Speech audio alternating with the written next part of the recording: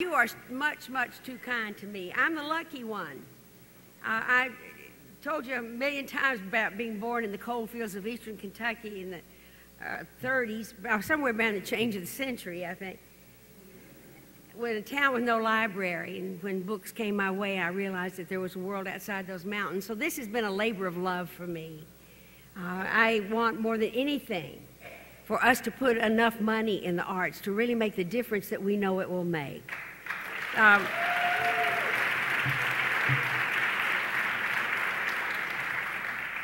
I've never really studied it, but I honestly believe that nothing that we invest in here in Congress brings us back the return that art does, not only in the over $1 billion we get into the Treasury, but what it does for the developing minds. And we will never know how many doctors. Did you know that there was a study that said the only doctors who could understand what they heard in a stethoscope were those who had studied music? Think about that next time he gets it. Ask him to sing for you. Make sure that you got a good one.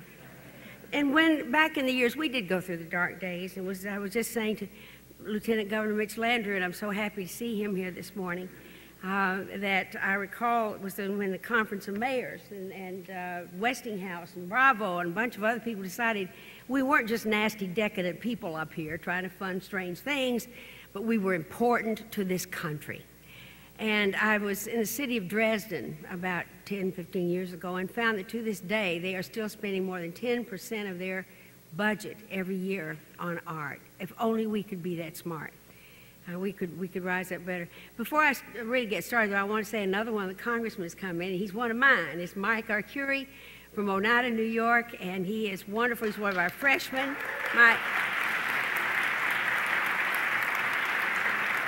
Utica, actually. So I'm delighted that this is the biggest crowd that we've ever had. Is there something different about this year? Maybe it's kind of in the air. Well, anyway, I want to thank Bob and Nina and the Americans for the Arts and all their magnificent staff for every year they put this together with enormous amounts of work. And I particularly thank all those wonderful artists who give their time to come down and to be with us. It was so exciting for me last night to have dinner with Jane Powell. We're the very same age. It was absolutely wonderful, and I kept thinking all what wonderful things she was doing in her life when I wasn't doing a thing, Jane. It was really great. Jane was singing for people all over the world when I was just lollygagging around Kentucky. Well, anyway, I appreciate all of you for your dedicated work for the arts. I know it isn't easy. I've read about all the art programs, thank you, that teachers had to fund themselves, that there simply was never enough money, that art was always one of the first programs that school budgets cut because they didn't think that it mattered. Oh, how it does matter. At the same time that that was going on, teachers would tell us that the only day that there was no absenteeism was the day they studied art. And it is all around us. And I've always said to my colleagues, we work in a work of art. This Capitol is one of the most beautiful buildings on the face of the earth, and we have a lot, I think, that we need to give back for that. Now, we've had a lot to cope with over the last several years. We're weary and we're tired. We saw one of the most violent attacks ever to take place on our soil, lost loved ones in wars in Afghanistan and Iraq and elsewhere, and we saw hard-working families lose everything they had to natural disasters. Throughout it all, artists used their talent, their insight and their vision to memorialize those who lost their lives during these crises and to give support and consolation to the survivors. That, I believe, has always been the nature of art, of its powers and its gifts to us all. It honors and it comforts, but most of all, it endures.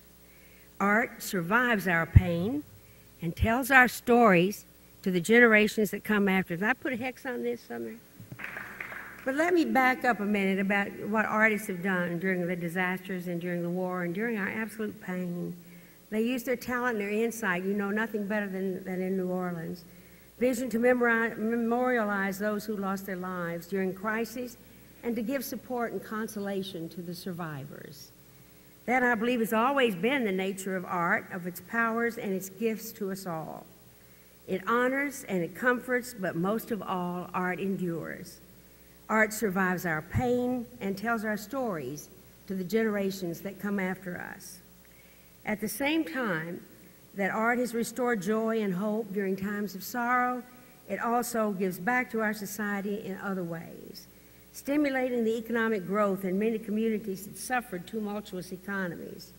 The nonprofit arts industry contributes $134 billion. Now that is such a staggering number. Just think about that. The taxes, the revenue that comes into the federal government yearly is $134 billion, and it provides 4.85 million full-time equivalent jobs. That translates into a $10 billion federal tax revenue, $7.3 billion in state tax revenue, and $6.6 billion in local government revenue. Much of this would not be possible without grants from the National Endowment for the Arts and National Endowment for the Humanities. And because of the cultural and economic benefits of art and cultural programs, we've been willing to fight what has often been an uphill fight to increase both NEA and NEH funding for the past several years. It's difficult for art and culture industries to live up to their fullest potential when they can't predict the level of federal funding to factor into their business plans. But we're a tenacious crowd, and we faced those challenges and enjoyed some significant victories along the way. Support for increasing the appropriations for both NEA and NEH has been on the rise since 2003, when an amendment to raise the funding levels passed by a vote of 225 to 200. I think that was the first time we had won one.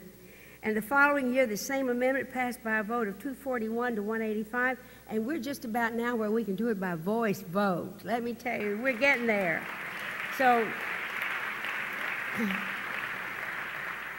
these successes and growing support for the arts reflect the value, the importance, and the impact that your advocacy has already had. Today, I am encouraging you to look to the future with confidence and optimism. This is the best day I have here when all of you come to talk to your members of Congress to support the arts and to join us in the Arts Caucus. With the No Child Left Behind Act scheduled to be reauthorized and new studies that benefit there's one almost every week that tells us how important arts are to the developing mind, we can expand access to arts in our schools, and we have to do it.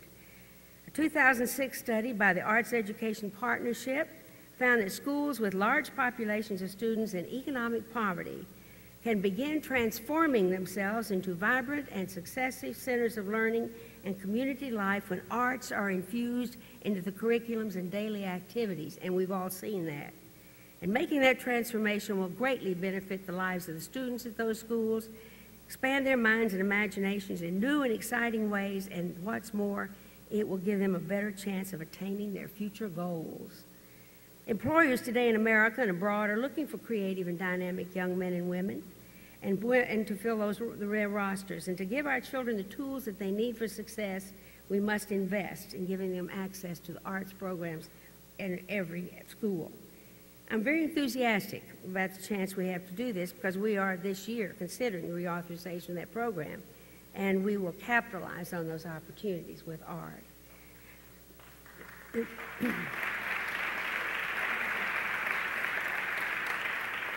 But this morning, let me just say a couple things I'd like you to emphasize to the members. Tell them that art is for everyone. There was a sense here a few years back that it was kind of an elite thing of people who like to go hear cellos, and that we should just go and leave everybody else alone. Disabuse them of that right away, of how important art is in the lives of all of us, and that everything in the world that art touches, it is enriched. I felt the art of it personally all my life. I was a trained microbiologist, but I was the lead vocalist in a blues band at the University of Kentucky. And you know something? I'll tell you the truth, that was the only ambition I ever had. I think the night I got elected to Congress, I said to my husband, if only I could have been a blues singer. But I want to spread that joy that all that art gave me. And art, we want to continue spreading its power and its promise from coast to coast.